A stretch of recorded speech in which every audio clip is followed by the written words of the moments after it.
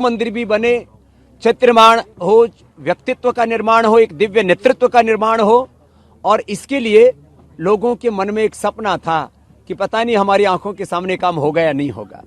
धारा 370 की समाप्ति, राम मंदिर के निर्माण का, अब अगले ही वर्ष जनवरी में उनका दिव्य भव्य मंदिर का लोकार्पण होना।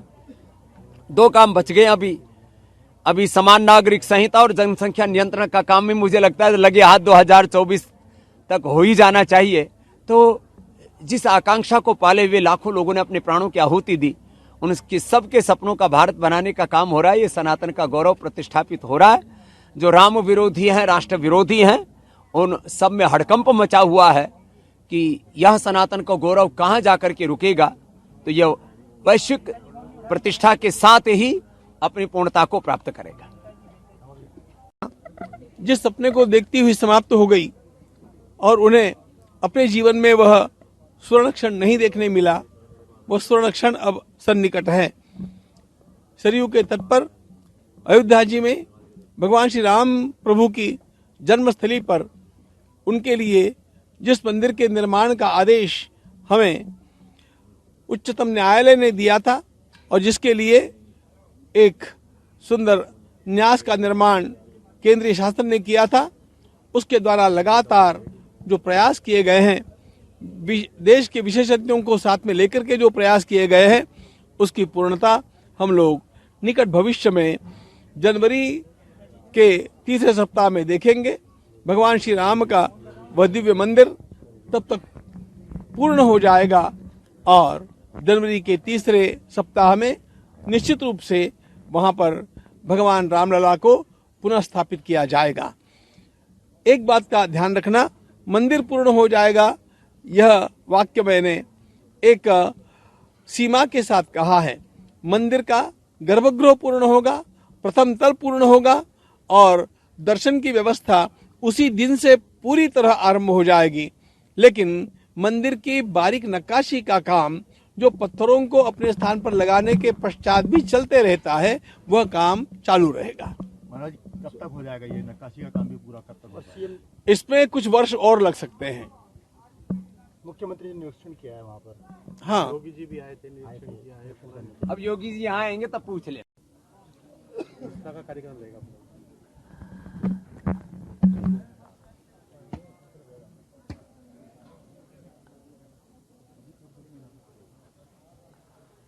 देश में राम राज्य की प्रतिष्ठा हो, हिंदू राष्ट्र की प्रतिष्ठा का गौरव हम देख पाएं, इसी पर लोग अभी विवाद किए हुए हैं।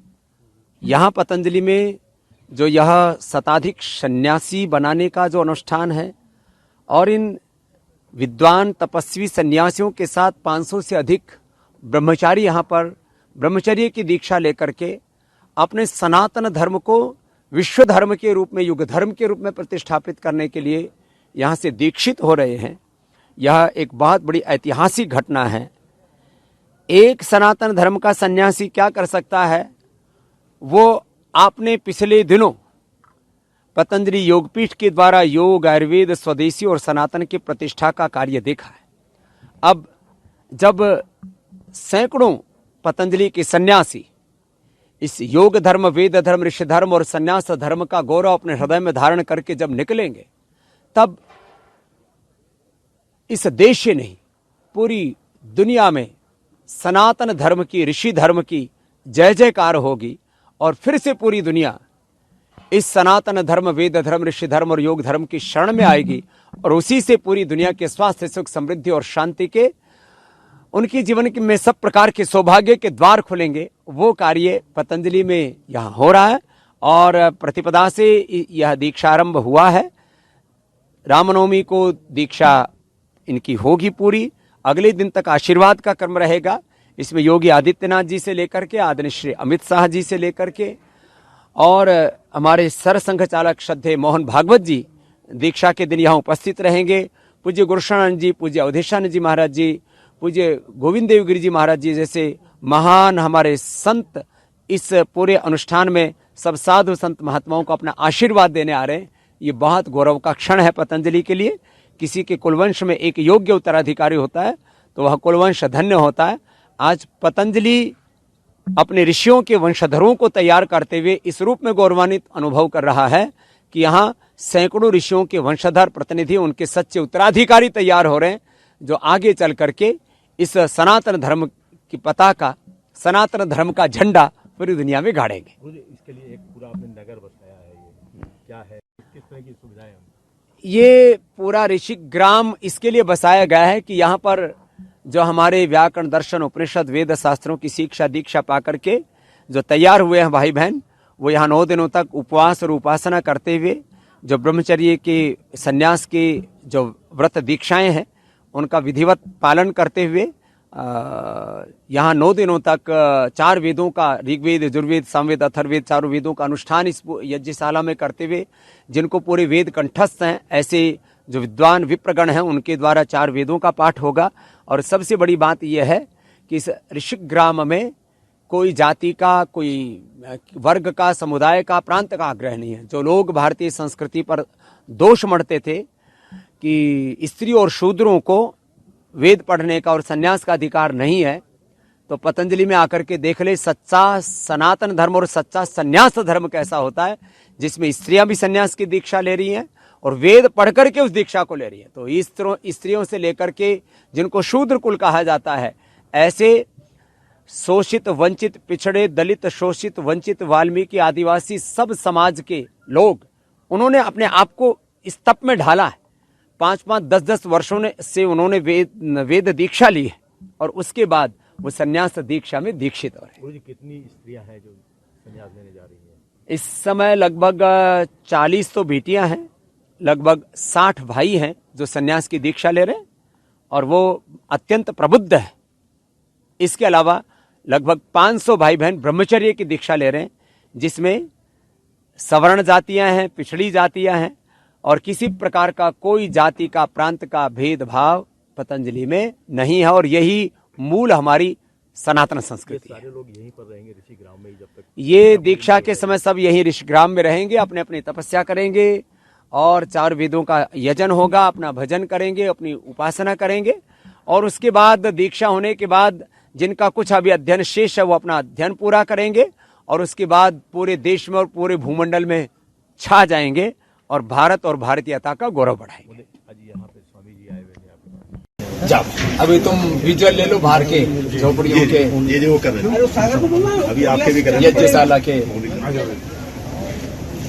तो शाम को कितने बजे आया? अभी 3 बजे से प्रतिदिन तो रखा था, तो आज 3 से 6 ऐसे ही है। तो आज क्योंकि रात कितने 4 बजे से रखे, 5 से 4 से ठीक है। आप लोग कुटियाओं में सब प्रतिष्ठित हो गए।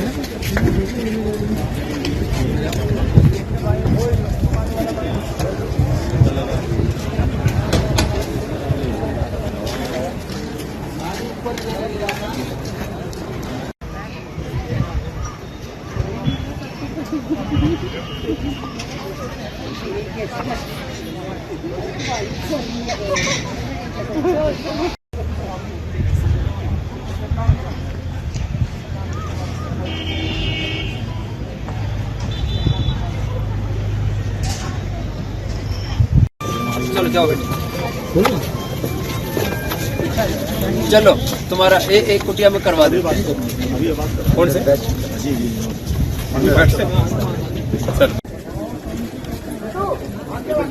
यहाँ शताधिक कुटीर बनाए गए हैं और ये पर्ण कुटीर खुद सन्यासियों ने अपने हाथों से बनाई है, पूरी सादगी के साथ। ये यहाँ पर अपनी तपस्या करने के लिए यहाँ इनको एक मच्छरदानी दे दी गई है, जिससे कि मच्छर आदि परेशान ना करे। नीचे चौका लगा दिया गया है और एक पाटा है लकड़ी का, जिससे कि नीचे किसी भी प्रकार से कोई जीव जंतु, सांप बिच्छू आदि उसका प्रकोप ना हो। तो ऐसे पूरी पर्ण कुटीर बनाई गई है, इन्हीं में ही ये सब तपस्या कर रहे हैं। और बहन सबके लिए ऐसी ही समान रूप से व्यवस्था की गई है। और क्योंकि मच्छर भी बहुत हो जाते हैं तो मच्छरदानी सबके लिए लगा दी गई। और जैसे प्राचीन काल में हमारे अरण्यवासी ऋषि रहा करते थे, ऐसे ऋषियों की तरह हमारे सारे सन्यासी यहाँ तप कर रहे हैं। जय हो।